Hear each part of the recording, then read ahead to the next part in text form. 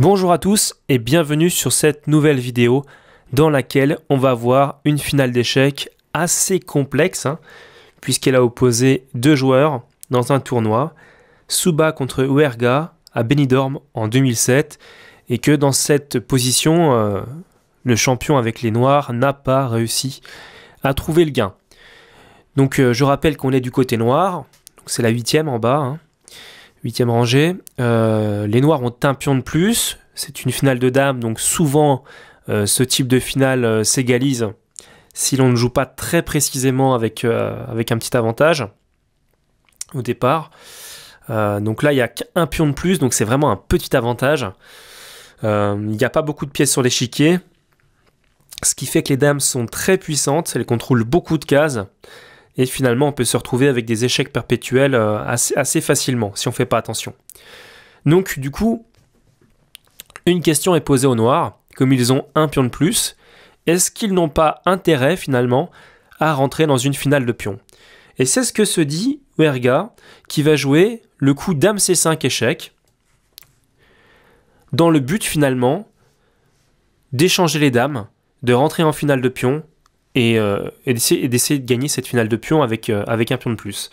Alors c'est une erreur de compréhension de position, on va dire, parce que ici finalement les blancs peuvent annuler assez facilement, même si les noirs peuvent leur poser quelques questions quand même.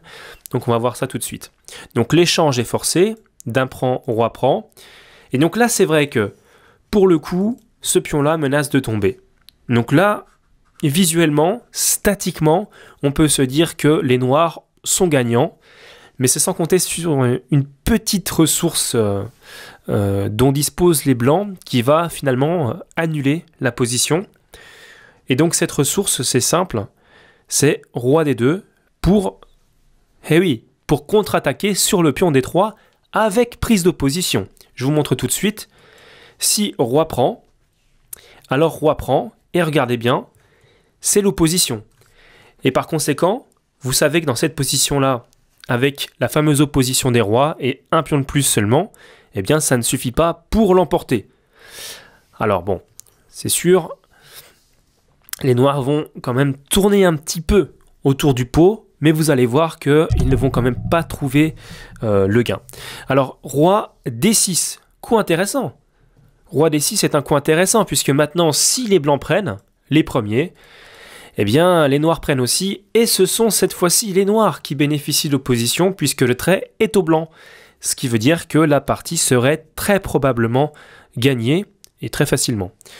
D'accord, donc les blancs ne peuvent pas prendre, parce qu'ils perdraient l'opposition, alors ils vont jouer roi E3, une case qui permet de conserver la menace, de prendre le pion en D3, par exemple sur la prise en D5, on peut prendre en D3 et garder l'opposition et gagner comme ça, enfin annuler comme ça, pardon.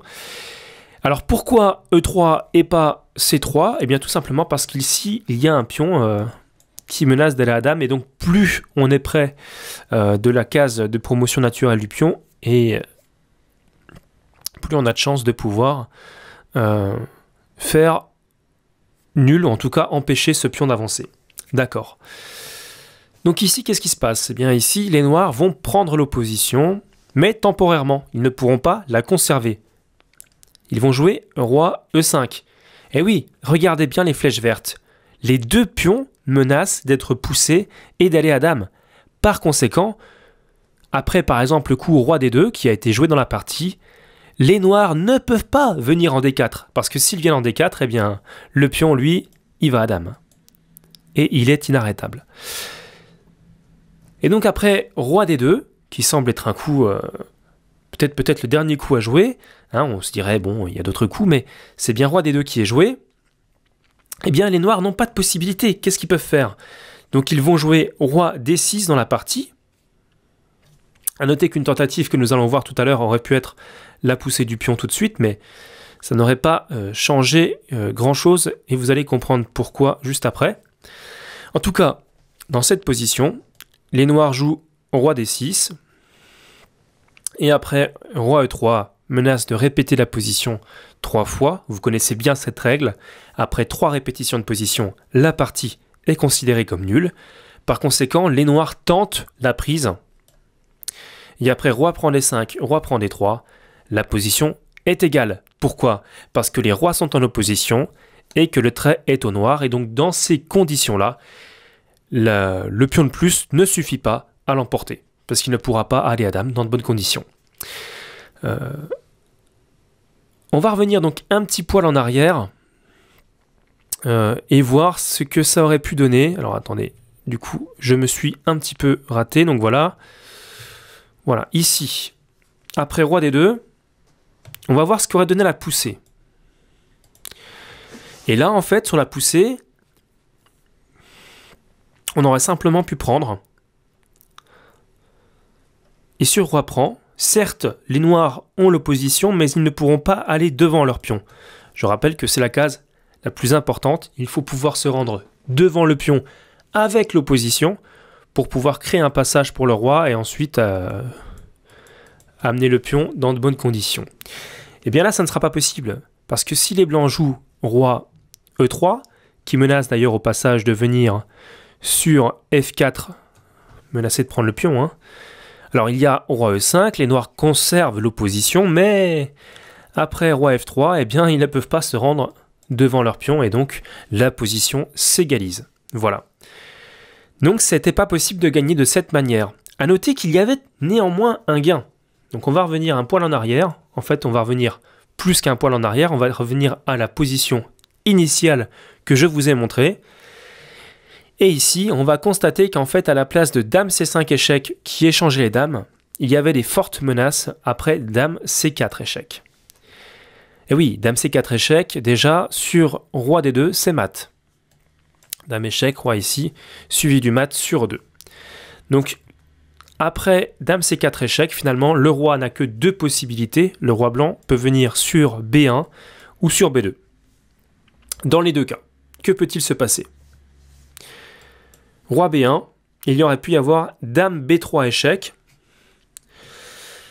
roi A1 forcé, et là D2. Devrait suffire à l'emporter logiquement. Alors bien sûr, ça va être un poil complexe, hein, il va falloir faire avec la prise en F6, mais à tout prendre, ce pion devrait pouvoir aller à dame.